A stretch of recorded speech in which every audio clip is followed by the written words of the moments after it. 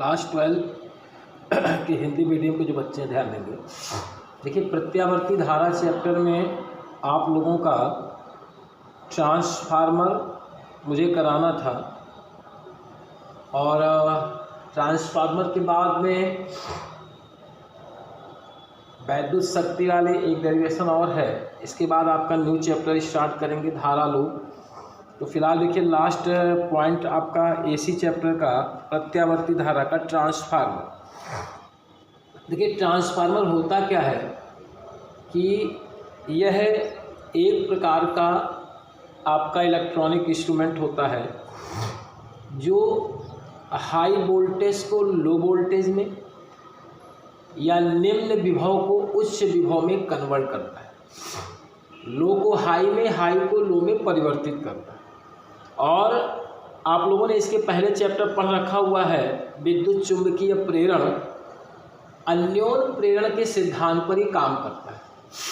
अन्योन प्रेरण में आपको बताया गया था कि अगर हम प्राथमिक कुंडली में धारा में परिवर्तन कराएं, द्वितीयक कुंडली में फ्लक्स परिवर्तन होगा, द्वितीयक कुंडली में प्रेरित धारा उत्पन्न हो जाएगी और द्वितीयक कुंडली में प्रेरित धारा उत्पन्न कराने की घटना को हम लोग क्या कहते हैं? अन्योन प्रेरण कहते हैं। तो हमारा जो ट्रांसफार्मर होता है ये अन्योन प्रेरण के सिद्धांत पे काम करता है और हाई वोल्टेज को लो वोल्टेज में, लो को हाई वोल्टेज में कन्वर्ट करता है।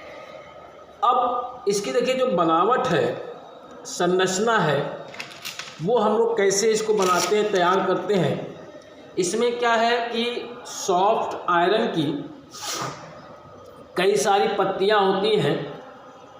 ये देखिए सॉफ्ट आयरन की हैं, एक के ऊपर एक रखी होती हैं, बीच में गैपिंग रखते हैं जिससे कि एडी करंट ना प्रोड्यूस होने पाए, भंवर धारा उत्पन्न ना होने पाए, नहीं तो वैद्युत ऊर्जा का ज़्यादा से ज़्यादा नुकसान होता है।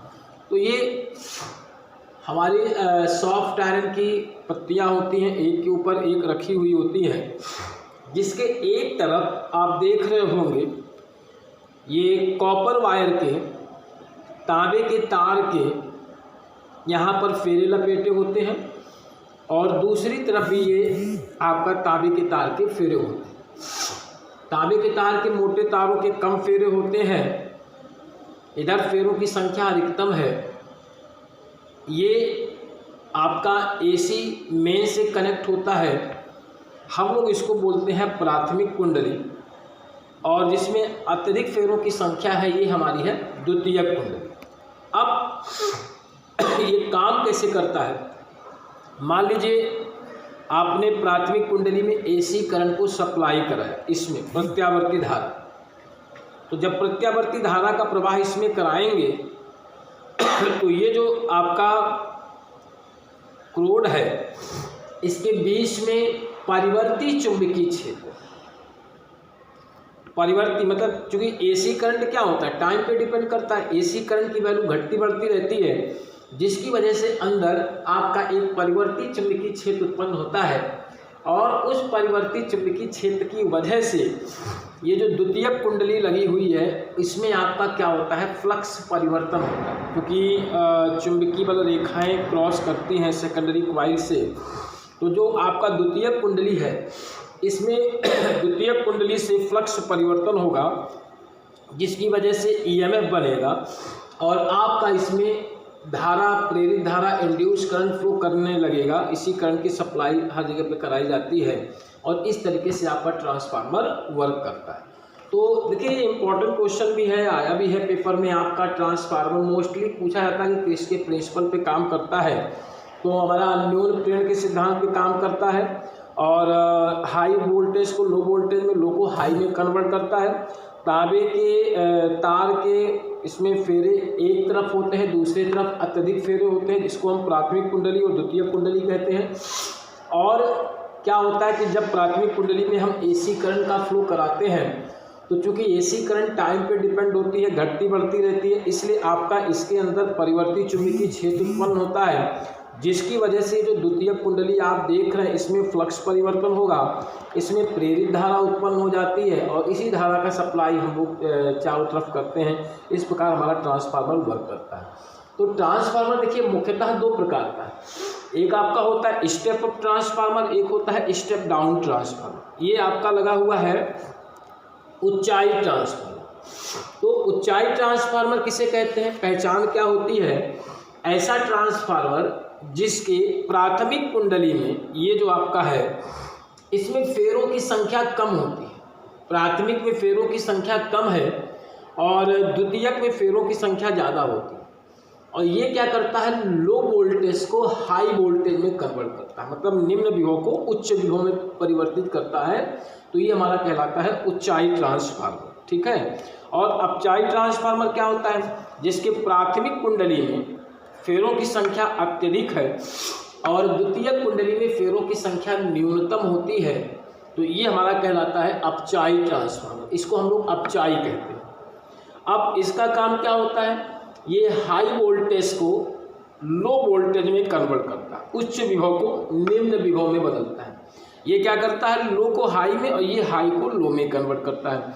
तो ये दो प्रकार के ट्रांसफार्मर होते हैं। पहचान इनकी यही होती है, अगर प्राइमरी में फेरों की संख्या कम है तो वो ऊंचाई ट्रांसफार्मर, और प्राइमरी में फेरों की संख्या ज़्यादा है तो कैसा होगा, अपचाई ट्रांसफार्मर। तो ये आपका था, एक बार फटाफट रिवीजन देख लीजिए इसका क्या है। ट्रांसफार्मर हमारा न्यून प्रेरण के सिद्धांत पे काम करता है। इसमें क्या होता है कि सॉफ्ट आर्म की कई सारी पत्तियां होती हैं जो कि क्रोड कहलाती हैं, एक दूसरे से गैपिंग पे होती हैं और इनके वन साइड पर मोटे तार तांबे के लगे होते हैं जिन्हें हम लोग प्राथमिक कुंडली कहते हैं। दूसरी तरफ अत्यधिक तांबे के फेरों की संख्या होती है, द्वितीयक कुंडली कहलाती है। जब प्रत्यावर्ती धारा का प्रवाह कराते हैं तो इसके अंदर परिवर्ती चुंबकीय क्षेत्र उत्पन्न होने की वजह से इसमें क्या होगा, फ्लक्स परिवर्तन, जिसकी वजह से विद्युत वाहक बल और धारा उत्पन्न हो जाती है, जिसका सप्लाई हम लोग चारों तरफ करते हैं। दो प्रकार का ट्रांसफार्मर होता है, ऊंचाई और अपचाई। ऊंचाई में क्या होता है, प्राथमिक कुंडली में फेरों की संख्या कम होती है और ये लो वोल्टेज को हाई वोल्टेज में कन्वर्ट करता है। इसमें क्या होता है, प्राथमिक में फेरों की संख्या ज़्यादा होती है, द्वितीय में फेरों की संख्या कम होती है। तो ये क्या करता है, आपका जो होता है ये हाई वोल्टेज को लो वोल्टेज में, मतलब उच्च विभव को निम्न विभव में परिवर्तित करता है। तो इस प्रकार से ये ट्रांसफार्मर का आपकी क्रियाविधि थी और ट्रांसफार्मर के जो पार्ट थे वो है, ठीक है ना।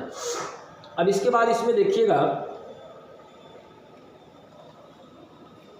नेक्स्ट पॉइंट आपका आता है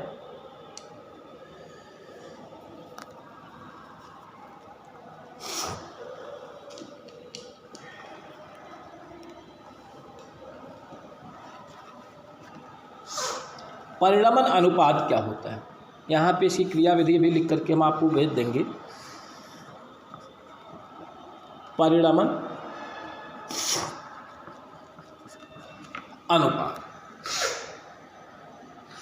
अब देखिए परिणमन अनुपात किसे कहते हैं। जैसे आपके डायग्राम में इंडिकेट है, ये दिया गया है, इसमें प्राथमिक कुंडली में फेरों की संख्या और द्वितीयक कुंडली में फेरों की संख्या ये दिया। यहाँ से हम लोग क्या करते हैं, निकालेंगे द्वितीयक कुंडली में विद्युत वाहक बल E=-n delta phi upon delta T से। ES=- का NS delta phi upon delta T से। ये इसके बाद आप प्राथमिक कुंडली में निकालिए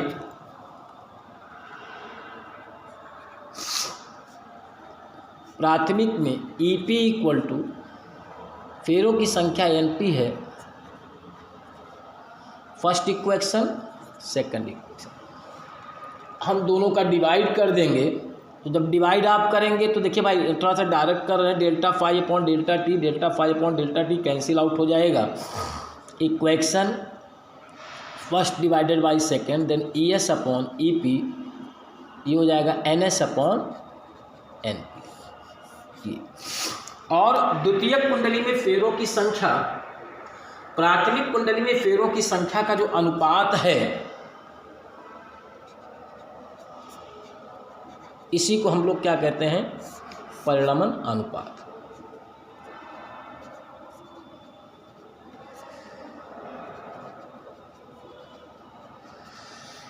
द्वितीयक कुंडली में फेरों की संख्या और प्राथमिक कुंडली में फेरों की संख्या के रेशियो को हम लोग परिणाम अनुपात कहते हैं। तो ये ट्रांसफार्मर था, इसका वर्किंग प्रोसेस लिख के सेंड कर देंगे। बाकी किसी को दिक्कत हो तो बाद में पूछिएगा।